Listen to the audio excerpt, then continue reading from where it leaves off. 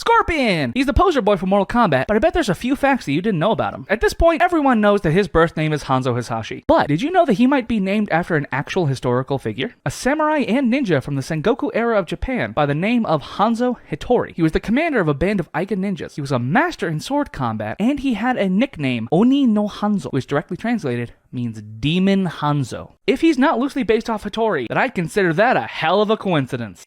And speaking of ninjas, Mortal Kombat is famous for its colorful ninjas. But did you know that Scorpion is the only real ninja in the series? As he is the only one that's actually Japanese and is actually proficient in Japanese ninjutsu. While he's a real ninja, Scorpion has never really been the real main character of the Mortal Kombat franchise. Despite that, he's always gotten a lot of special treatment. That's because one of the founders of Mortal Kombat, Ed Boon, has stated that Scorpion is his favorite character in the franchise. He's also the character that Ed has had the most direct influence on, as his famous catchphrase was spoken by Ed Boon himself. Oh, Chinese ninja warrior, who isn't really a ninja. Sub-Zero. And there might be a few things you might not know about him. Well, for starters, there are actually two Sub-Zeros, Bi-Han and Kuai Liang. Bi is the older brother of Kuai and the original Sub-Zero, who held the name in Mortal Kombat 1 as well as Mortal Kombat mythologies. Kuai Liang took over the role as a Mortal Kombat 2 after Bi-Han was killed. So as you can see, the artist known as Sub-Zero has had many names, but did you know that almost was not his name at all? Originally, he was going to be named Tundra. And later on in the series, Tundra canonically became the original code name of Kuai Liang in the Lin Kuei before he became Sub-Zero in honor of his fallen brother. Now, while Liu Kang is the main character and Scorpion is the favorite of the MK crew, Sub-Zero is the only one that has appeared in every single mainline entry of the Mortal Kombat franchise. And he got his own spin-off, and he appeared as playable in Mortal Kombat Shaolin Monks, someone else's spin-off. The only game he did not appear in was Mortal Kombat Special Forces. So he got lucky. Noob Saibot. Without a doubt, one of the most unique characters, not just in Mortal Kombat, but in all of fighting games. And I bet there might be a few things that you didn't know about him. Now, Noob made his debut in Mortal Kombat 2 as a secret character. It was a solid black silhouette of the ninja sprite. But he would not receive his iconic clone moveset until Mortal Kombat 3. Instead, he had the Scorpion moveset, fatality and all. And just to get out of the way, yes, Noob Saibot is Boon and Tobias backwards, the founders of Mortal Kombat. It is known and established that Noob Saibot used to be Bi-Han, the original Sub-Zero. But what is he now? Well, he's not a Revenant, and he's not a Spectre, he's actually a Wraith, who was revived and created by Quan Chi in the Netherrealm. Now, during the 3D era, kind of a dark time in Mortal Kombat history, Noob was reunited with one of his Lin Kuei brethren, Smoke. In MK Section, the gaseous ninja joined Noob Saibot as a replacement for Noob's clone. Additionally, in Mortal Kombat 9, if you put on Noob Saibot's alternate costume, his clone will be replaced by the classic ninja version of Smoke, reuniting the Lin Kuei brethren. Reptile. The original Lizard Man is a cult favorite, but there might be a few things you didn't know about him. Syzoth, better known as Reptile, is a Saurian from Zatara and is the last of his species. His species was wiped out after losing 10 consecutive tournaments to Outworld, but Reptile was kept alive to serve Shao Kahn. Despite that, there are still other Zatarans. He's just the last Saurian. And speaking of being last, did you know that Reptile was originally not going to be in the 1995 movie? After initial filming had wrapped, they realized the runtime was a little short and they wanted one more action scene. So they came up with the Reptile fight. Thank goodness they did, because that fight and that song both slap. Now, Mortal Kombat is famous for its secrets, and Reptile was the very first one. And a well-guarded secret at that. As in the game, you had to be fighting in the pit, there had to be silhouettes passing by the moon, you had to get a double flawless victory, ending with a fatality, and having not blocked the entire match. Only then could you face Reptile. And then he was still just a green version of Scorpion, but at the time, it was mind-blowing. And it started a fantastic lineage of secrets that still continues to this day. Tremor!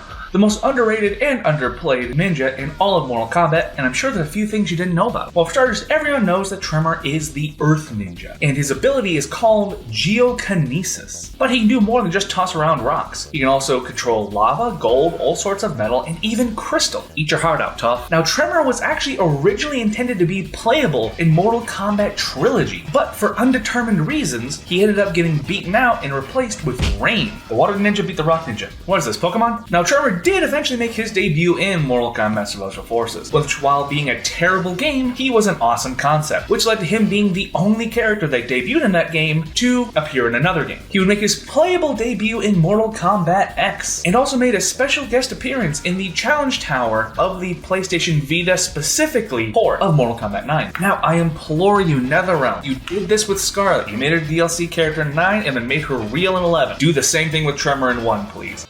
Rain. This demigod is the most elusive ninja in the Mortal Kombat series, and there might be a few things that you didn't know about him. Yes, his entire existence is based off of the Prince song. Getting that out of the way now. Now, as I said previously, Rain is a demigod, being the son of the god, not elder god, Argus, and a mortal Edenian woman named Amara. He's also the brother of Taven and Dagon, but we don't care about them. Now, Rain's moveset has always been extremely unique, with the most identifiable move of his being his crazy roundhouse, where he kicks you, you fly through one side of the screen, and then come out the other. Now, this extremely silly move never had a real answer to how the hell it worked until MK11, where it was revealed that he was kicking you through a portal that would go through space and time and send you back out the other side. A very peculiar trait that Rain has is that he is the most protected ninja in all of Mortal Kombat. As he was never in the arcades, he only debuted in the home console ports of UMK3 and MK Trilogy. He was then not playable again until Mortal Kombat Armageddon. He was paid DLC in MK9, he was non-playable in X, and he's paid DLC in 11. Let's see if he shows up in 1, shall we?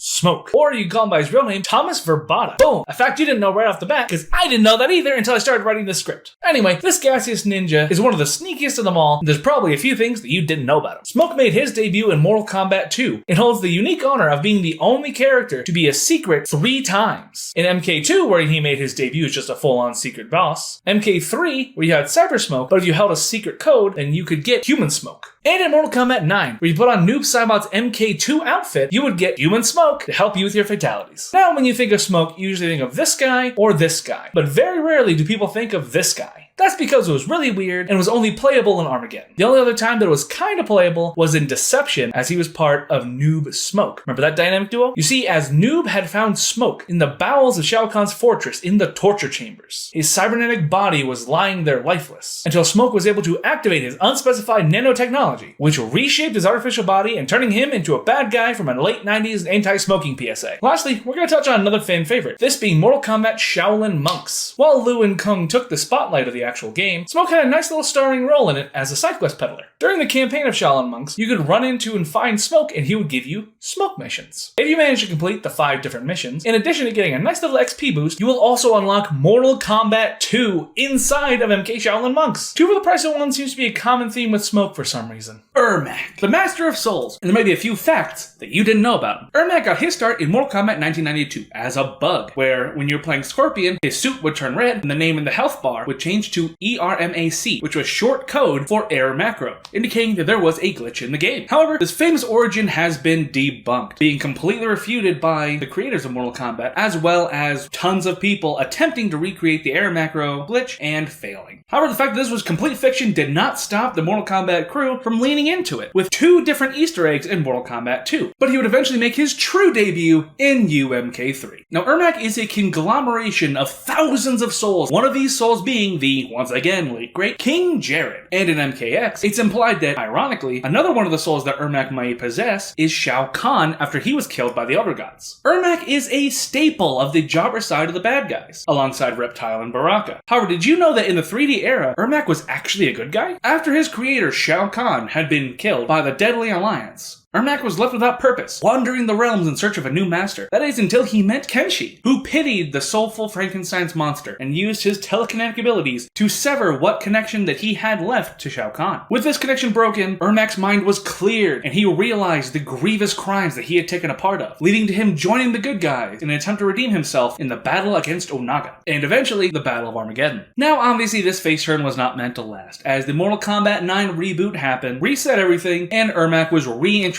as a member of the bad guys. This time as early as the first tournament, despite that in the OG timeline, he did not appear until Earthrealm's invasion. And with this early introduction came another new addition to the canon, being that Ermac is the one that ripped off Jax's arms. Follow for more MK content.